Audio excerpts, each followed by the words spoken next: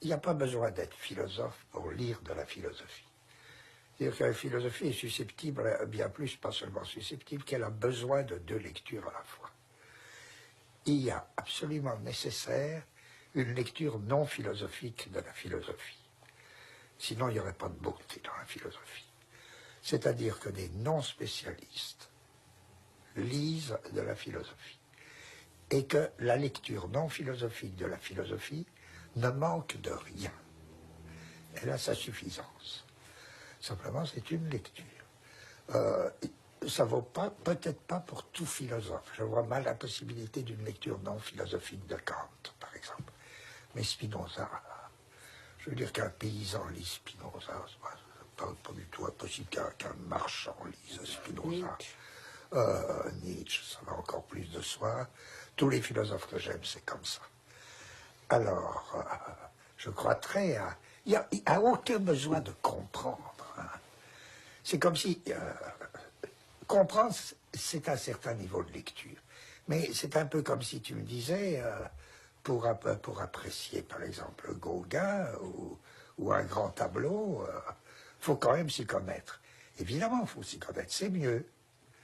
Mais qu'il y ait également des émotions extrêmement authentiques, extrêmement pures, extrêmement violentes, dans une ignorance totale de la peinture. Hein.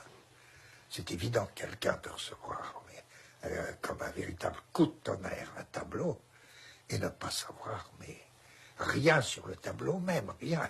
Quelqu'un peut être alors extraordinairement ému par la musique ou par telle œuvre musicale, sans savoir un mot.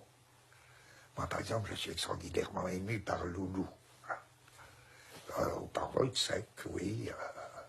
Je ne parle même pas du concerto à la mémoire d'un ange. Lui, il me paraît la chose peut-être qui m'aime le plus au monde. Bien. Eh ben, je sais bien qu'il vaudrait mieux, et que c'est encore mieux, avoir une perception compétente. Mais je dis que toute chose qui compte dans le monde est susceptible d'une double, dans le domaine de l'esprit, est susceptible d'une double lecture. À condition que la double lecture, c'est pas quelque chose qu'on fait au hasard en tant qu'autodidacte. C'est quelque chose qu'on fait à partir de ces problèmes venus d'ailleurs. Je veux dire, c'est en tant que philosophe que j'ai une perception non musicale de la musique. Et qu'elle est peut-être pour moi extraordinairement émouvante.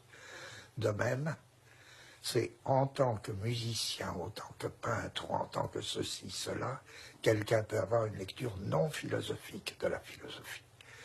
S'il n'y a pas cette seconde lecture, qui n'est même pas seconde, s'il n'y a pas les deux lectures à la fois, c'est comme les deux ailes d'un oiseau, c'est pas très bon comme les deux ailes d'un oiseau. S'il n'y a pas les deux lectures à la fois, et même un philosophe doit apprendre à lire un grand philosophe non philosophiquement. L'exemple typique pour moi, c'est encore une fois Spinoza. Avoir Spinoza en livre de poche, et puis le lire comme ça, et ben, à mon avis, on a autant d'émotions qu'à une grande œuvre musicale. Et d'une certaine manière, la question n'est pas comprendre. Moi, dans mes cours, je suis sûr que les cours que j'ai faits, mais c'était tellement évident que les gens y comprenaient tantôt, et tantôt ils comprenaient pas. Et on est tous comme ça dans un livre, tantôt on comprend, tantôt on comprend pas. Donc, je reviens alors à ta question sur la science. Ça, je crois que c'est vrai. Hein. Ce qui fait que d'une certaine manière, on est toujours à la pointe de son ignorance, quoi. Et c'est bien là qu'il faut s'installer. Il faut bien s'installer à la pointe de son savoir ou à la pointe de son ignorance, c'est la même chose, pour avoir quelque chose à dire.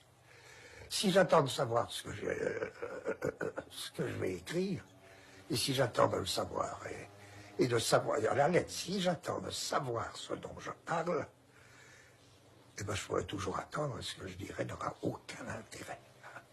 Si je risque pas, alors, si je m'installe aussi, et si je parle d'un air savant de ce que je ne sais pas, c'est une autre absence d'intérêt.